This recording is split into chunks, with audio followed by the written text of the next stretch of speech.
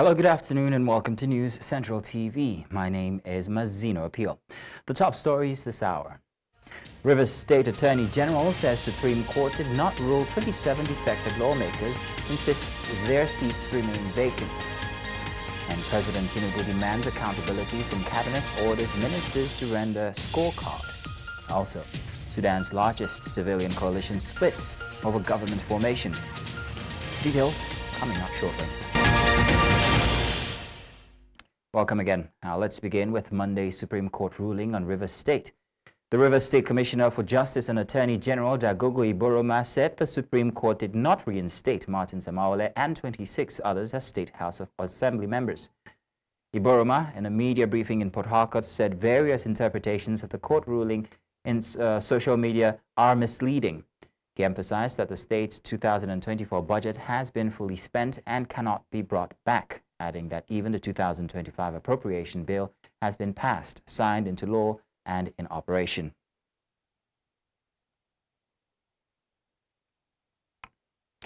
In the meantime, the factional Speaker of the Rivers State House of Assembly, Martin Amaole, has reacted to the Supreme Court ruling. Addressing the press, Amaole recalled that the Federal High Court, presided by Justice J.K. Omotosho on January 22, 2024, delivered his judgment which affirmed the legitimacy of the 27 lawmakers. But dissatisfied with the judgment, Governor Fubara filed an appeal at the Court of Appeal, where the judgment of the lower court was upheld. He averred that further dissatisfied, Governor Fubara appealed the matter to the Supreme Court, which has now been dismissed by the Apex Court, bringing the legal battle to an end. Amaole extended his gratitude to leaders of Rivers State who have supported the Assembly throughout the period. The 10th Rivers State House of Assembly is happy with this development. Rivers people are elated that the Supreme Court has indeed spoken. We want to say that our hope, our confidence in the judiciary is strengthened. We know truly that there is a country with a judiciary that will always interpret the Constitution and our laws in a manner that will be very fair and clear to everyone. It's on record, and the judgment of the Supreme Court today has affirmed that for one whole year, the governor of Rivers State spent taxpayers' money without an appropriation law. 1st January to 31st day of December 2024, the governor of Rivers State spent Rivers people's funds, both internally generated revenue and the federal allocation, from his front pockets, as if the money belongs to his family. Reacting to the visit, the ruling All Progressives Congress says an alignment of the former President Obasanjo and former Vice President Atiku would amount to no threat to President Bola Tinubu's re-election bid in 2027. Speaking in an interview, APC National Secretary Senator Ajibola Basiru downplayed the significance of the meeting between Obasanjo and Atiku in Abeokuta, Ogun State, on Monday. Basiru emphasized that the APC remains focused on governance and is currently strategizing for the November 8 Anambra governorship elections rather than being concerned with political alignments. Atiku, who led a high-powered delegation, was accompanied by former governors Aminu Tambuwal, Leo Limoke, and other political figures to the meeting. Now live to discuss this with us, we're joined by political analyst Jide Ojo. Mr. Jide Ojo, you're welcome. Thank you very much for joining us this afternoon. Let me go straight by asking. Let me go straight to asking, can the APC's position on the Obasanjo-Atiku alliance be considered a strategic maneuver to minimize the, let's call it, perceived threat, or to discredit the opposition? Well, I just guess that this is not strange. It's something you see ahead of every major elections, realignment of forces. You see people engaging in horse trading, people engaging in political alignment and realignment. And 2027 is not an exception, but Atiku said he was there on a courtesy visit, but definitely when politicians meet, the only notable agenda will be politics. And I think Atiku and his supporters need to just first try to find a stable home in their respective political parties before getting Obasanjo's political influence in Nigerian politics has really diminished. It's not the first time that Obasanjo will even endorse Atiku. He did endorse Atiku in 2019 and endorsed Peter Obi in 2023. None of the two ever made it to the presidency of Nigeria. So whatever they are doing, just like Senator Ajibola Bashiru said, is of no moment because, as you know, it's very difficult to dislodge an incumbent government, and more so in an election of a such as we have coming up in 2027, which will be a re-election bid for the president. Unless the opposition really present a formidable force and they are able to share their ego, which has been the albatross that has not allowed them to make significant impact since 2015, it will be of no moment again in 2027. So what they just need first to do is to put their own houses in order. And if they want to march, let them march early enough, because by this time next year, INEC will have given the mandatory 1 year notice to 2027. And it will be too late to form any coalition at that time. So whatever they want to do, it's within their political and constitutional rights to meet. A movement, there is freedom of association. Section 40 of the Constitution guarantees that, as well as several other rights. So it's within the rights of Atiku Obasanjo to meet. But if they really want to form a formidable coalition, they first need to do a lot of house cleaning for that to be very significant ahead of 2027.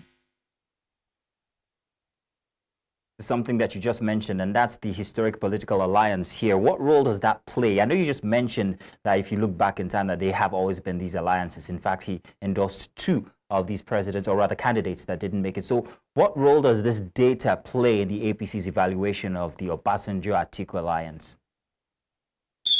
For APC, I think they must really not take the opposition for granted, because that could be very costly. I read earlier today that President Tinubu is really asking his cabinet members to speak out and tell Nigerians what they are doing, so that the negative perception of the current administration will be mitigated. Because right now, Nigerians are just in a coup-d'etat.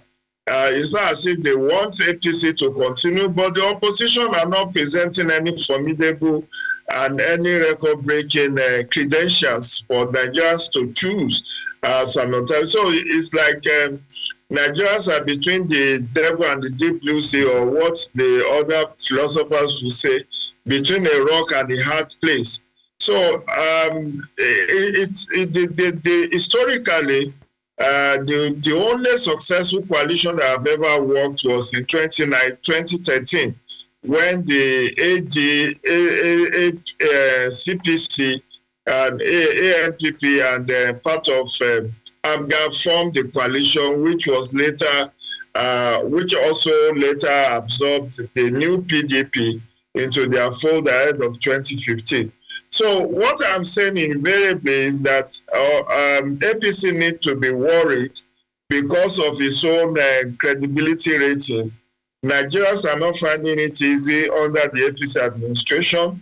The rising cost of living is not making many people to be comfortable. And as we say in local parlance, there will always be a price to pay for this kind of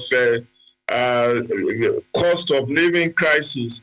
You saw what happened in UK in July 2024, what happened in US in November 2024, what happened in Ghana in December 2024.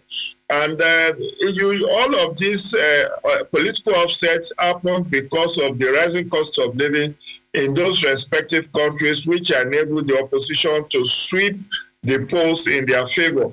And that is why the APC must not really be very complacent that Nigerians have no choice. We do have choice, but it's just for the opposition to get their acts together and present a very formidable coalition and platform. But for APC, if it intends to retain the presidential seat, it has to do a lot better in terms of good governance than what we currently see manifesting across the nation. Mr. Jide, one more question, and if you would help us summarize on this one. So what are the implications of Atiku's engagements with Obasanjo currently, and what have they been from before, since he has always been in alliance with him? Well, the implication is just, Atiku has shown resilience as a dogged political fighter, and that is even the more worrisome thing, that he never gives up. By 2027, he's going to be 80 years of age, and I'm not too sure whether if he presents himself as a presidential candidate in 2027, whether that will appeal to Nigerian citizens. But it's within his political rights to make a bid. But I think if the opposition really want to cause an upset, they have to look for a younger candidate to present. And they must rally behind that candidate in such a way that they will give APC the run for the money. But Atiku is in opposition. He's a successful businessman. He has a lot of time on his hands, so he could make a tour of the owners and movers and shakers of political institutions in Nigeria to get their blessings and endorsement. And that's exactly what he's doing. I am sure that after visiting Obasanjo, is going to go to Daura, is going to also go to Mina to see General Abdulsalami and General Babangida, which are the usual suspects that are always met ahead of every major elections. But these elder statesmen do not have as much political value as they used to have in their younger days. And Nigerians in contemporary times have shined their eyes, and they are not going to do a follow kind of elections. But it is for the better good of Nigerians that the opposition is waking up. Because without a very credible opposition platform, the APC will continue to have their way, and that means bad governance and suboptimal performances will continue to be recorded both at the national and subnational level. So the more vibrant opposition we have, the better for the ordinary citizens of Nigeria, because they know that this opposition element will be able to cause an upset in any future election. So Atiku has made himself to be the rallying point for opposition element. And he has to wake up, because Peter Obi at some point in time was almost becoming the face of opposition. So Atiku is also adding some vibes to his own opposition clout by making sure that he sustains his moment in the news and in the media space for relevance. But how the 2027 elections will pan out is still a long way to predict. We cannot conveniently at this point predict an election that will be coming in 2 years' time. But suffice to say that it's better for the good of Nigeria if the opposition wakes up and plays its constitutional role to hold government to account. Well, Mr. Jide, I want to say first off that it's very interesting that you know Atiku's itinerary, especially at times like this. You know where next he's going to go. I find that very interesting. But thank you very much, sir, for giving us your expert view on the matters. Thank you. Away from that now, President Bola Tinubu has ordered all ministers in his administration to give account of their stewardship to Nigerians with immediate effect. Minister of Information and National Orientation Mohammed Idris announced the presidential order at a news conference in Abuja on Tuesday. The minister said the briefing by the ministers is to enable Nigerians to know what the government has done and to ask questions. Welcome back again. Now, the Kano State Governor Abba Yusuf has sworn in the newly appointed Secretary to the state government, Umar Farouk Ibrahim. The new SSG was sworn in at the governor's office in a quiet ceremony with the chief judge of the state and a few members of the state cabinet.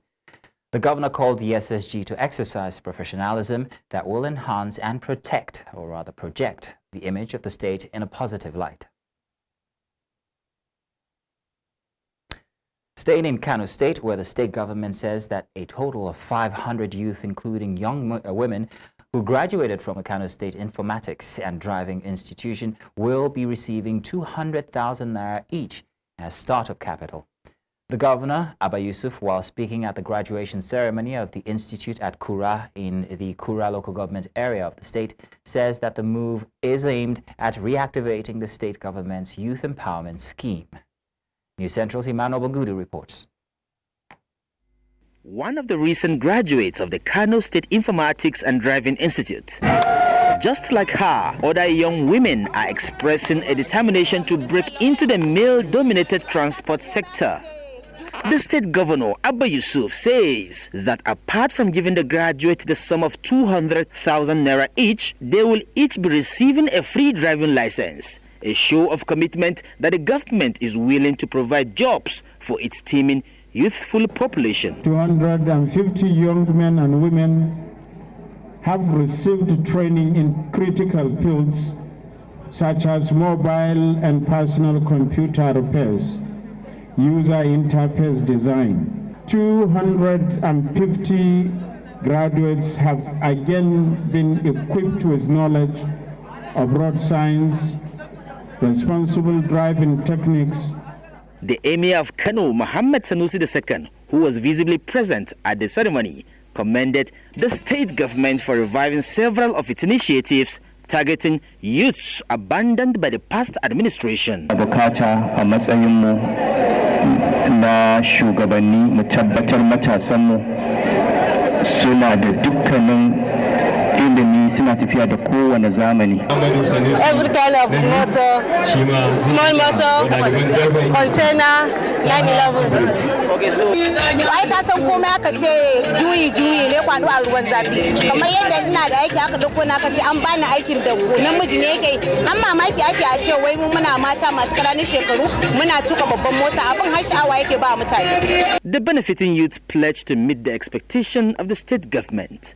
In Kano for News Central, I am Emmanuel Bagudu.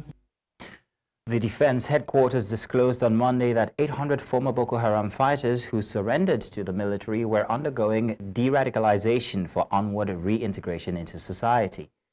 The Chief of Defense Operations, Major General Emeka Onumajuru, made this known in an interview where he added that 1 year is enough time to reorient and reintegrate the ex-terrorists into the larger society. He said, though about 129,000 Boko Haram fighters have been arrested so far, only 800 former fighters were carefully selected to participate in the rehabilitation and reintegration project tagged Operation Safe Corridor. He argued that kinetic and non-kinetic strategies must go hand in glove for Nigeria to win the asymmetric warfare against insurgents. The Inspector General of Police, Kayode Egbetokun, has issued a directive banning officers from carrying assault rifles while dressed in civilian clothing, or called mufti. This new order aims to ensure professionalism within the Nigerian police force and prevent the misuse of power.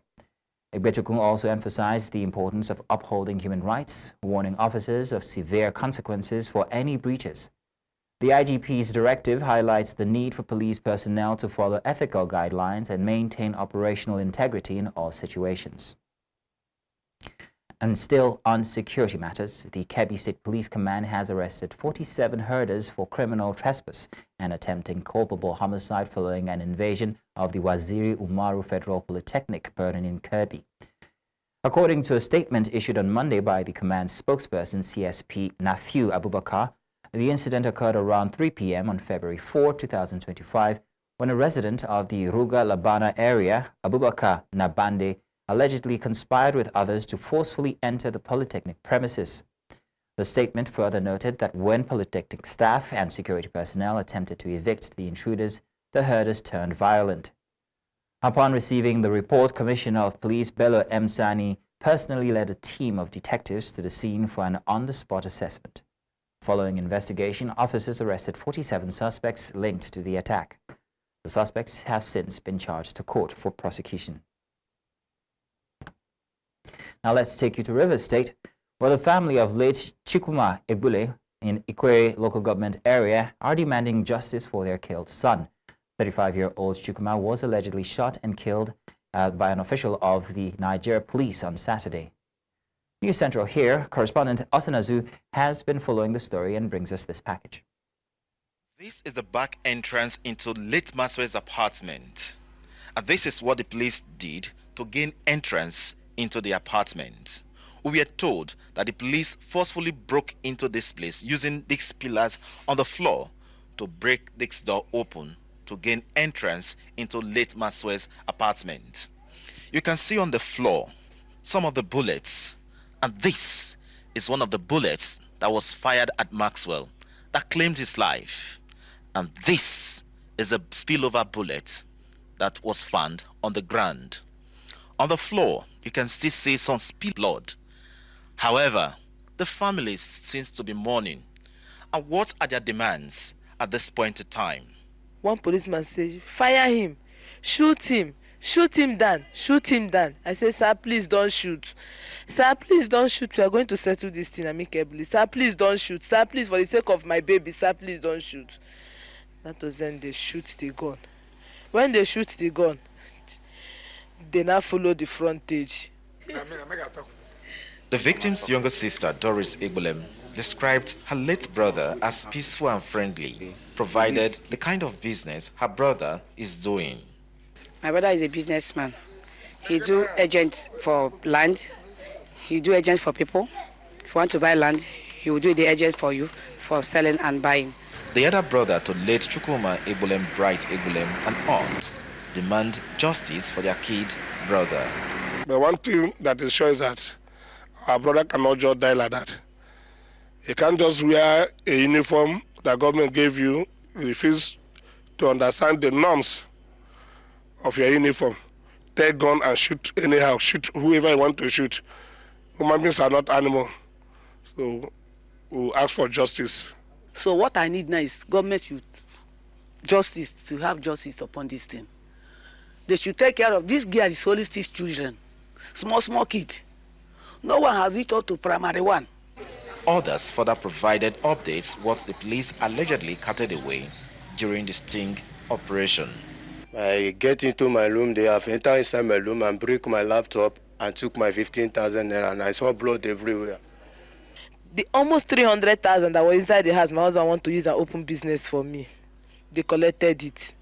Some phones that people plugged, that even my husband's phone, they plug while the gen was on. They collected all. My children's tablets, they collected it. Though the spokesperson for the Rivers State Police Command, Grace Irikoko, in a statement revealed that the trigger-happy police officer had been arrested, while the body of late Chukuma Egbetokun deposited in the morgue, while investigation is ongoing. These children of late Maxwell Egbetokun will have to live without their father for the rest of their lives. In Umuagobia community in Ikwere local government area of Rivers State, I'm Austin Azu. Now to education. The Joint Admissions and Matriculation Board has announced that candidates under the age of 16 may be considered for admission into tertiary institutions if they score at least 80% in the Unified Tertiary Matriculation Exams, the UTMEs. This follows the reversal of the mandatory 18-year admission age benchmark, which was introduced by former Education Minister Tahir Maman. The current Education Minister Olatunji Alausa has reinstated the previous benchmark of 16 years, a decision widely supported by education stakeholders. Speaking at a stakeholders meeting with chief external examiners, chief technical advisors, and members of the Equal Opportunity Group, JAMB Registrar Professor Ishak Uluyede emphasized that while the 16-year age requirement remains the standard, exceptional candidates under 16 may be granted admission under strict conditions.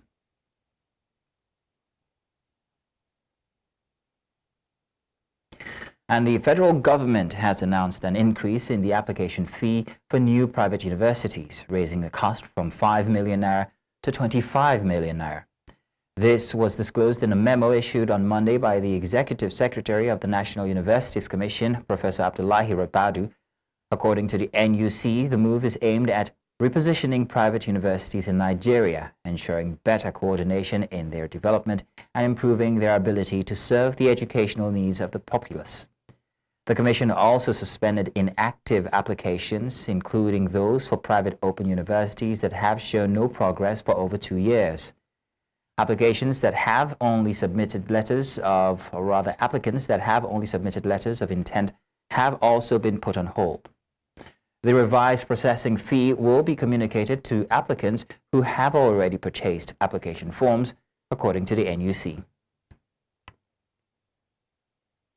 Now let's get to economic matters now. Nigeria's Vice President Kashim Shettima has reaffirmed the commitment of the federal government to integrate every citizen into the nation's financial ecosystem. This was as the Vice President inaugurated Nigeria's Presidential Committee on Economic and Financial Inclusion as part of efforts by government to build a $1 trillion economy by 2030. Here, Amadine Uyi reports.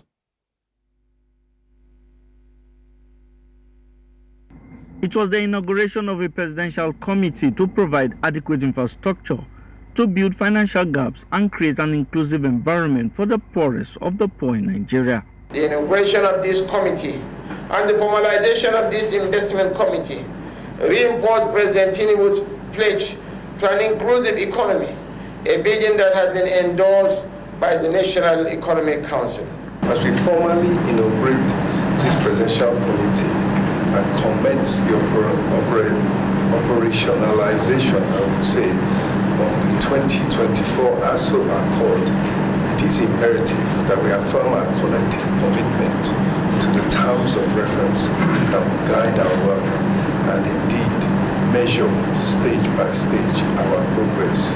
Several in attendance say with the committee delivering on President Bola Tinubu's mandate, Nigerians will benefit immensely and the economy will take a giant leap. We have millions of Nigerians, very hardworking Nigerians who are in rural communities, who are socially excluded by not being included in the financial system.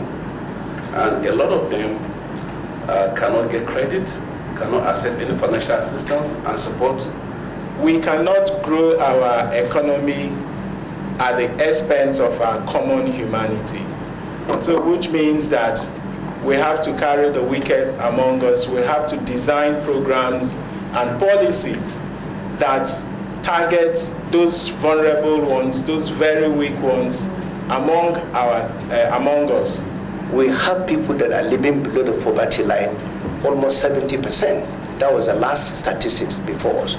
And I believe if we address this issue effectively with the leadership given to us by His Excellency the Vice President and all the stakeholders sitting here today are committed and determined. I have no doubt in my mind we will address this problem within a very short time. The Vice President says that the committee is proof of government's commitment to carry Nigerians along and integrating poor citizens in the nation's financial ecosystem. We remain resolute in mitigating the short-term effects of economic reforms, expanding financial opportunities, and ensuring that every Nigerian, regardless of geography or status, is integrated into our economic growth story.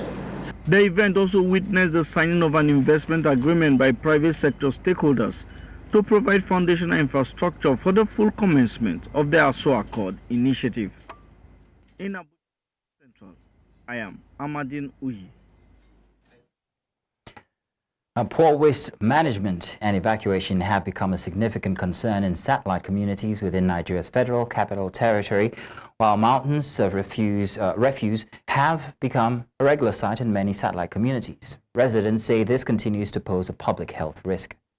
Our correspondent Idong Joseph visited some of the affected areas and brought to us this report.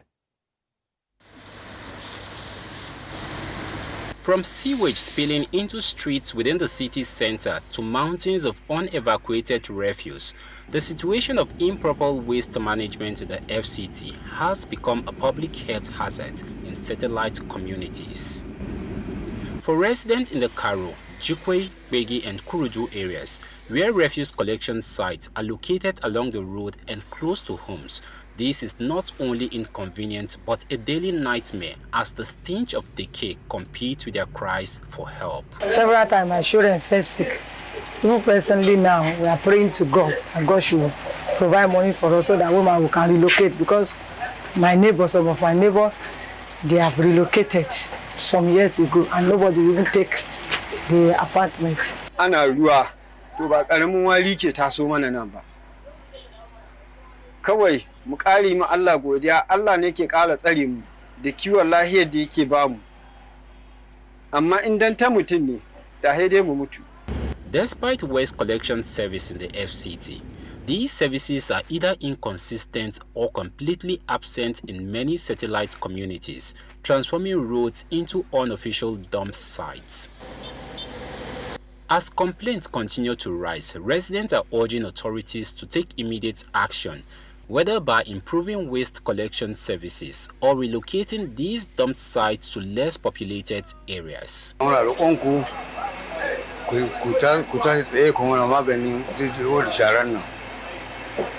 hankalin mu ko kwanta mu da kanmu ma ba ma sharan ba kawai. In ma muna dawa daga wani guri ko da dare ne, sharan ne kan sa muna jin tsoro mota ko mashin ko keke napep. He has already developed. Those stuff they're supposed to be here. Now, if there is rain now, sometimes the rain, the erosion, you have to move it to the road. For car to even pass, they have to be waiting for each other. There is bridge across. So they divert to that place. They started parking the refuge during the erosion, because the thing is in that erosion not to flow. It will bring down people's houses. So I think maybe that's why they now allow them to be throw it in that side. So if they can relocate it, it would be the best.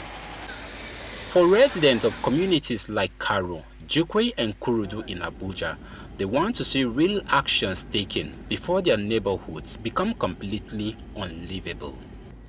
In Abuja for News Central, I am Idong Joseph.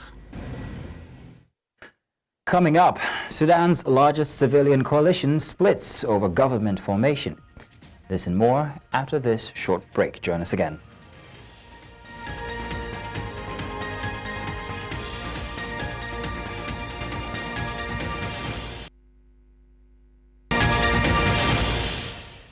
Now, Sudan's largest civilian political coalition, Takadum, has split into two factions, citing deep disagreements over forming a government in areas controlled by paramilitaries at war with the army.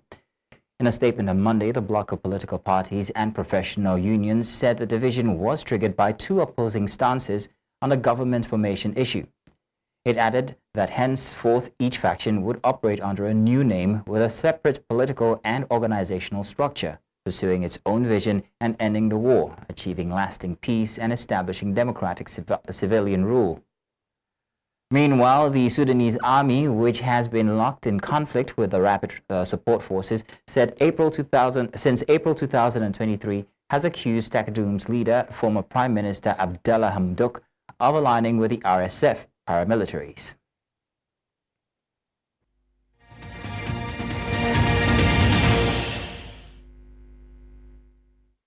And U.S. President Donald Trump has set a deadline for the release of all hostages from Gaza, demanding that they be freed by Saturday at noon.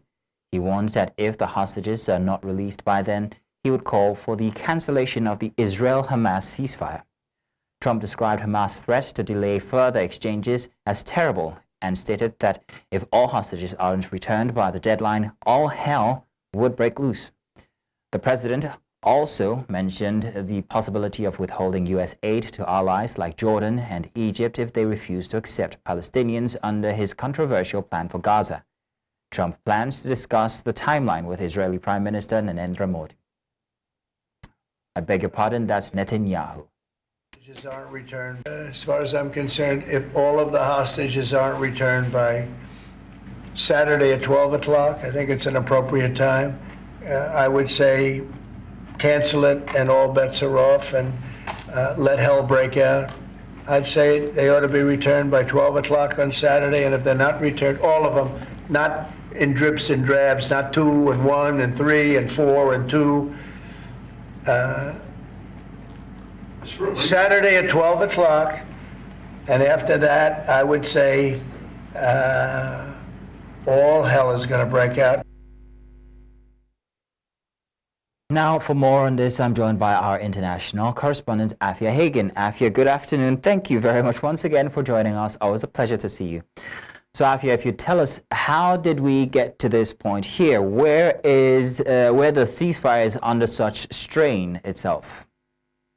Well, Hamas have said that they will not be releasing any more hostages. Now, this section of the ceasefire deal, the release of hostages was paramount, and there's about 16 more that were due to be released this Saturday. Now, Hamas have said that they won't be releasing these hostages at this point, but they have sort of left room for negotiation. Now, the reasons they have given for not releasing the hostages is that they feel that there's been a delay in the return of displaced people to Gaza, that Israel are continuing to open fire on people returning to their homes, and they're failing to allow certain types of humanitarian aid into Gaza, including caravans, because so many buildings have been destroyed that caravans are being used. And so Hamas are accusing Israel of not doing that. Therefore, they're not going to participate in the release of hostages. Israel has its own suspicions about why Hamas might be doing this. There's hostages that have been released, as you can see here, looking very underweight, like they haven't really been cared for very well. And that has been such a spectacle. And there's been real outrage about how these hostages have been looking, that Hamas may not want the world to see others that are in a worse condition.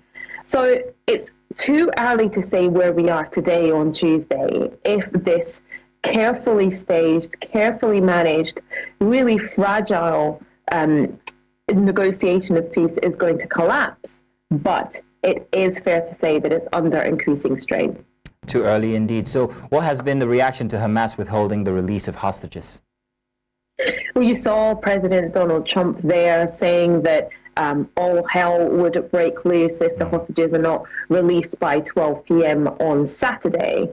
Now, of course, Donald Trump directly not involved in the negotiations. It's not clear how much authority he has to issue deadlines for anything in this particular case.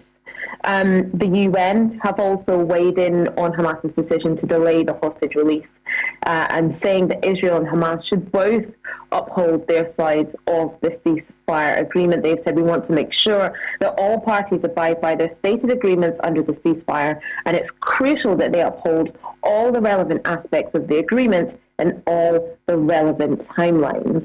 And meanwhile, crowds have gathered in Tel Aviv, particularly in Hostage Square in Tel Aviv, to demand and increase pressure that the hostages are released. And of course, this is an immense strain on the families of these hostages that have had their hopes raised and dashed so many times over the past 15 months that they may be able to see their relatives again. And Trump is meeting with King Abdullah of Jordan today. What can we expect? That's right. So Donald Trump is meeting with King Abdullah of Jordan today at 11:30 a.m. at Washington, D.C. time. That's around 5:30 p.m. Nigerian time. Now, President Trump has said that he will consider withholding aid to Jordan and to Egypt if they don't comply by his wishes to take in Palestinians so that he can turn Gaza into prime real estate.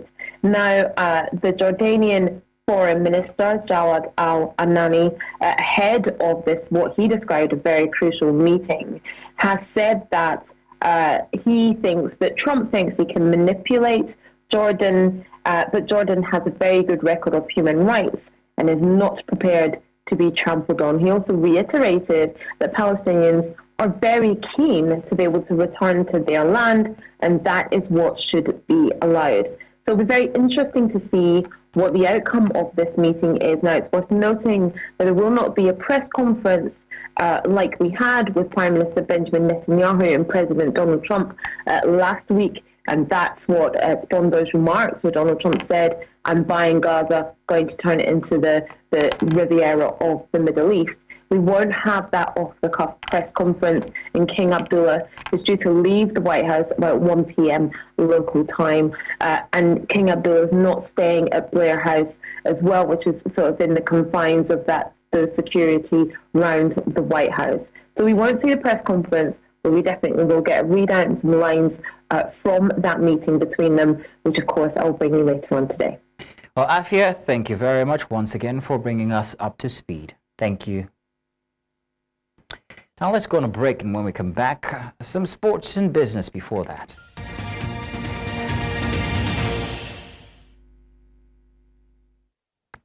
Welcome back. Now, the Nigerian Railway Corporation, in partnership with APM Terminals, has expanded cargo movement from the Apapa port in Lagos to NRC's freight yard in Monia, Ibadan, Oyo State.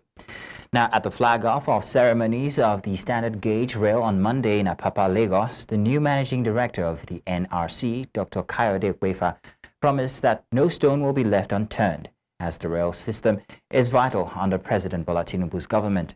He said this collaboration aims to enhance logistics efficiency, increase rail transport capacity, offer a more sustainable, cost-effective solution for cargo movement, and decongest the Apapa port. Recall that Egbetokun and the CEO of APM Terminals Nigeria, Frederick Klinike, last Thursday agreed on the modalities for the freight operations.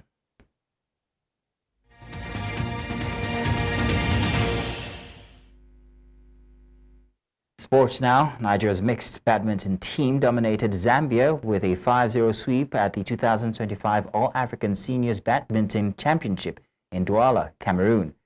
African champion Onualuwapo Juwon led the charge, offering Mulenga after losing the first leg 13-21, rallying back 21-10, 21-12. Ikechukwu secured another win with a hard-fought 21-14, 19-21, 21-17 victory.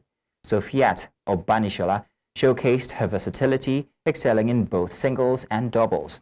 She partnered in the mixed doubles to dismantle Chilembe 21-1, 21-9, sealing Nigeria's dominance display. The victory reaffirms Nigeria's strength in continental badminton as they push for further success in the tournament. Super Falcons defender Ashley Plumtree has signed a contract extension with Al Ittihad Ladies, committing to the Saudi Arabian club until 2027. Now, since joining in 2023 from Leicester City, Plumtree has been instrumental in strengthening Al Ittihad's defense, contributing to their rise in the Saudi Women's Premier League. Her leadership and experience from England's WSL and international tournaments have solidified her role as a key player. Beyond football, Plumtree has actively promoted the growth of women's football in Saudi Arabia, inspiring young players. And the Spa Proteas secured silver at the Vitality Nations Cup in London, their best ever finish in the tournament after a 61-55 loss to England in the final. Led by coach Jenny Van Dijk, South Africa impressed in the group stage with wins over Uganda, Malawi, and England. The silver medal adds to a strong season that includes winning the Netball Africa Cup and a 3-0 series sweep against Malawi. Newcomers Samari Vise and also Sintiche Kabuya made an impact, with Vise filling in for vice-captain Carla Pretorius. Rising star Komagelo earned multiple players of the match, and fans welcomed the team at OR Tambo International Airport, celebrating their historic achievement.